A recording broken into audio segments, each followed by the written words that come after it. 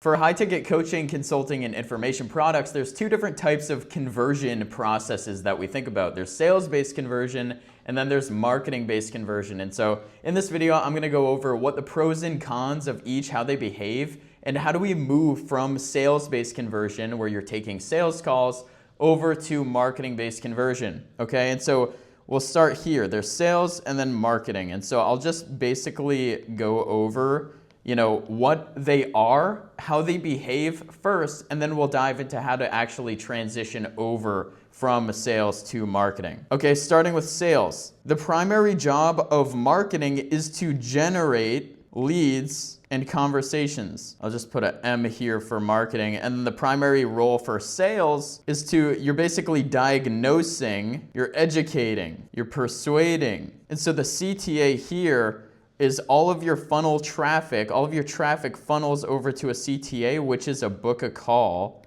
where you then have a sales call, and then you have that discussion with the prospect, and then you ultimately close them, and then money exchanges hands or it doesn't, and they get added to a follow-up sequence. And so within this model, we have the personalization here is high, and so the sales call really acts as this uncertainty resolution mechanism, right? So you're basically hopping on a sales call with the prospect, with the lead, to resolve all of their objections that the marketing did not handle. And so you're basically resolving questions like this. Ready? I'll just write the questions here. Is this actually for someone like me? It's answering, will this solve my problem?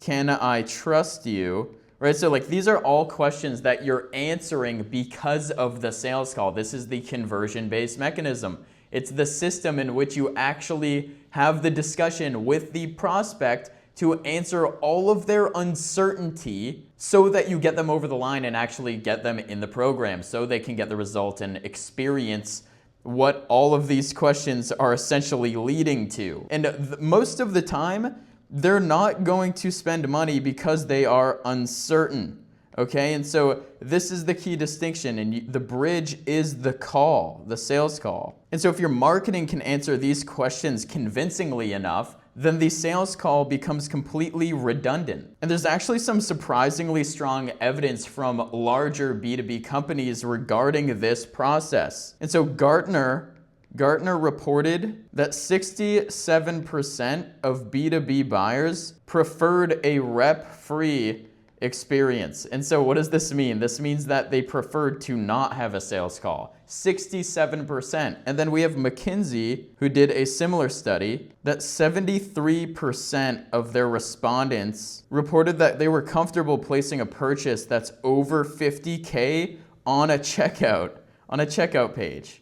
Again, there's some level for variance here, because simply McKinsey's clients are definitely on the higher level of the income that they actually generate. But this is a really important distinction here, is that a lot of B2B companies prefer to not have a sales call. And does this mean that they prefer to have no human interaction? No. This doesn't mean that they prefer to have no human interaction, but what it does mean is that based on this McKinsey study, strongly suggests that the price alone, given this $50,000, does not create a requirement for a call. And so if we were gonna boil this down to a formula, we could say let me eliminate that. The need for sales call equals uncertainty times complexity times perceived risk. And so the price influences the perceived risk, which is only one of the variables within this formula. And so most of the high-ticket coaching, consulting, info offers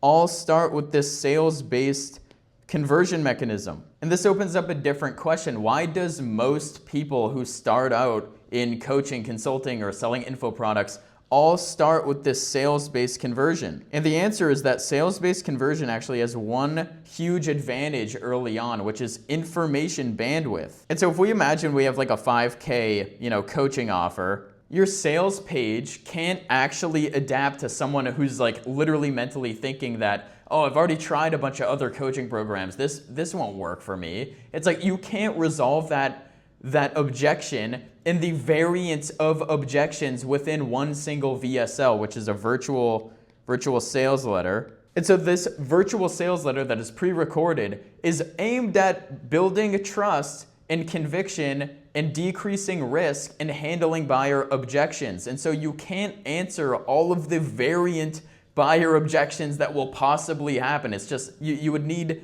days worth of content within the VSL. It's just not possible. And so like when someone actually has a objection to that 5K coaching offer, you can bridge the gap with that sales-based conversion mechanism, with the sales call. Okay, and so that's why starting with the sales-based conversion is so powerful, is because you can answer the variance of questions through the call. And so within this example, a salesperson could ask, like, what happened? What was your experience? Why did it not work out? What were the variables and all of the intricacies that objection holds in and of itself? And then they can explain how this methodology is different, why, show case studies and examples that are relevant to that person's situation. Then they can reframe the person's assumptions and answer the next question. And so a sales-based conversion is not an inferior business model, it's just the best discovery mechanism for a young offer. But I will say that the leverage difference, now I'll draw a little lever here, the leverage difference is enormous with these two models, with sales and marketing conversion. So imagine we have 100 prospects. If every prospect requires a 45-minute conversation, that's going to be 75 hours of calls that you have to execute and talk to people. Some don't close, and you're constantly potentially repeating the same things over and over again. And so even if you hire a closer, you haven't effectively eliminated any work, okay? What you've essentially done is you converted founder labor into payroll plus sales infrastructure plus management, okay? And so you didn't eliminate the work, like this still has to happen. And even if you hire a closer, you again replace it with the payroll infrastructure and more management, okay? And so this is one of the key distinctions between the sales-based mechanism, the conversion mechanism, and the marketing. And so we'll cover marketing, right? So within marketing, the entire thing is that your content has to behave differently, but also the process looks widely different. The marketing has to basically supplement and do what the sales call has to do, right? And so that's why the marketing and the content has to behave differently than a piece of content that drives them to a sales call, okay? And so the marketing has to build trust, conviction, handle objections, and install buyer belief. Like they need to believe that they can get the outcome through the marketing, okay? And so they have to trust you enough to buy, have enough conviction, handle all the objections, and have that buyer belief, okay? And so that's the point of the marketing-based conversion. And so you can do this. You have to supplement that 45-minute call through YouTube videos, a VSL, a webinar, email. And so you can create this argument one time and sell it to 1,000 people, 10,000 people, 100,000 people, so many people, right? Because all they have to do is watch one of your conversion YouTube videos or conversion VSLs or a specific email sequence that builds enough trust and conviction, handles all the objections so that money can exchange hands without the call. This right here is leverage. The cost of producing the persuasion becomes mostly fixed rather than proportional to the number of prospects. This is marketing-based conversion. We can essentially say that it's sales with a near zero marginal cost of communication. I know I'm making it seem like marketing-based conversion is significantly better, but it does have its trade-offs. This one has higher leverage, but sales-based conversion has higher adaptability. The sales rep can recognize that, this person he's not worried about the cost or whether the methodology works. He's worried about whether he's not gonna have enough time to implement the stuff. And then he can immediately change that conversation. A VSL can't do that. You're not gonna be able to handle all the objections and answer the objection within the VSL. That's just, again, not how it works. That's why the sales-based conversion is better for adaptability, but marketing-based conversion is better for leverage. And so we can think about this almost like a spectrum, right? We can say I'll draw a little spectrum here. Stage 1, we'll say this is sales led. This looks like content to call to sale. And so the marketing creates enough desire to actually have a conversation. And then stage 2, we'll say marketing qualified and then sales closed. And so this would be like content to VSL to application to call to close. And then stage 3, this is marketing closed, but sales assisted. So you have your content to, VSL, to your application, and then to a checkout. And so basically what you can do here is that within the application, you could have a call to get them over the line if you wanted to. And so that's where the sales, that's where the sales assistance comes from. And then we have stage 4, which is the most streamlined version of this. This is the marketing to self-service, where essentially you just get the content to the offer to the checkout. And so the entire decision can happen asynchronously, and you don't need to be involved even within this application. And so now that we know that there are essentially 4 stages within this entire thing, it's like, how do you actually go through and get to stage 4, where someone can just view your content, look at your offer, and then check out and hand you money? And I want to be completely transparent here is that I'm currently on stage 3. I moved from stage 1 to stage 2. Now I'm in stage 3, and I'm showing you my path to get to stage 4, okay? And so just completely transparent right now. So how do we actually transition, and what am I doing? Stage 4, transition.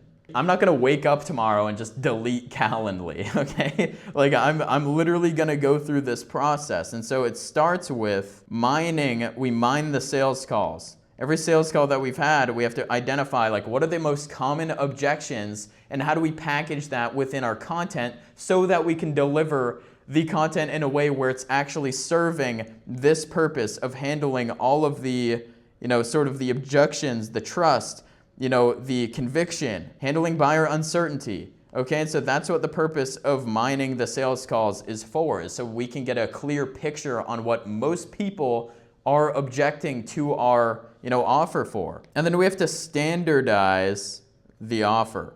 And so it's interesting because a lot of people think that the offer that they first create is going to be the one that they're going to continuously sell forever. And that's just not how it works. Like, your offer is going to go through this evolution.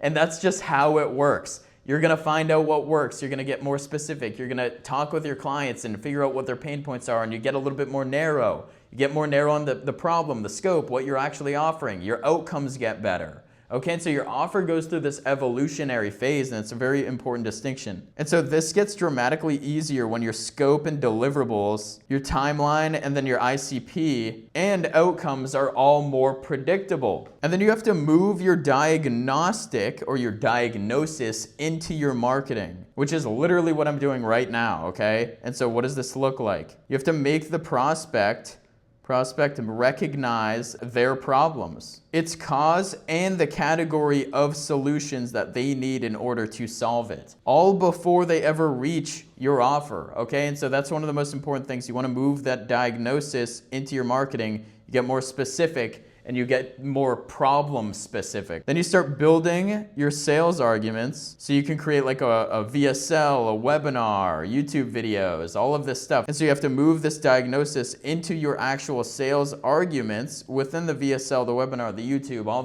all the actual content stuff that serves in front of your ideal prospect. And then one of the biggest bridges here is that you replace the mandatory sales call with an optional one in order to actually bridge that lead so that they have the option to hop on a call just to get them over the line. And then you eventually make it directly to a checkout page or like within a conversation, okay? Like they can literally just email you the CTA, say win for the offer document, and then within the offer document you have something like reply win, and I'll move you through the process, right? It's like I'll send you all the information you need to get started. And within that information is the checkout page, okay? And so like that's the evolution here. You can have an email, you can have DMs, you can close without sales calls, all that good stuff. But again, it is an evolution where the mechanics of these preliminary things need to be identified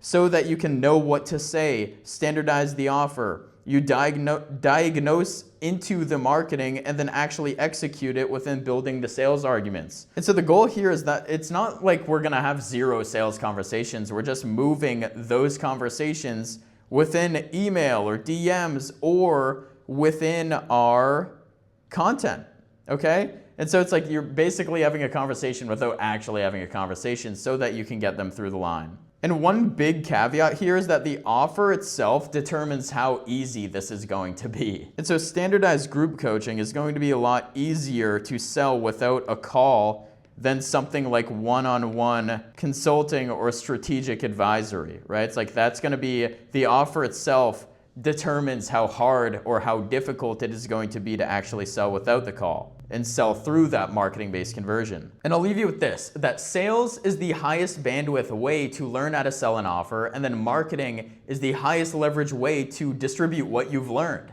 And so hopefully you found this helpful. I mean, really looking at these two models and the evolution of how to get from A to B and the different pros and cons. It's like there are multiple million-dollar businesses that do millions of dollars per month that do sales-based conversion. And then there are other ones that do marketing-based conversion. You can succeed with both of them, okay? That's a very important caveat. It just depends on which one you actually want to do or execute. One has higher leverage, one has better adaptability. This is sort of how it works, and this is like the evolution of what I'm going through. And you know, a lot of people who just start are gonna be going through this similar evolution. And yeah, hopefully this is helpful. I'll see you guys in the next one. Peace out.